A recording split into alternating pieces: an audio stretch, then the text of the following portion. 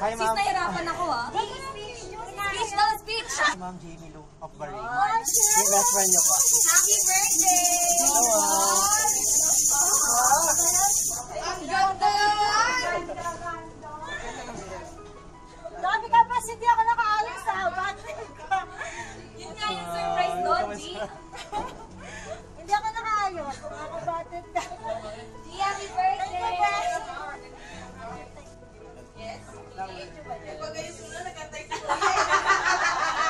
Of course, happy birthday. Ano ba yan? More.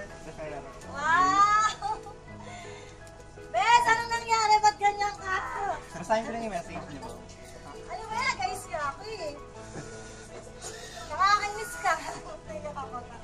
Isel Magan, best friend ng buhay ko. Sabi mo, di kompleto ang birthday mo ngayon dahil wala pa ako.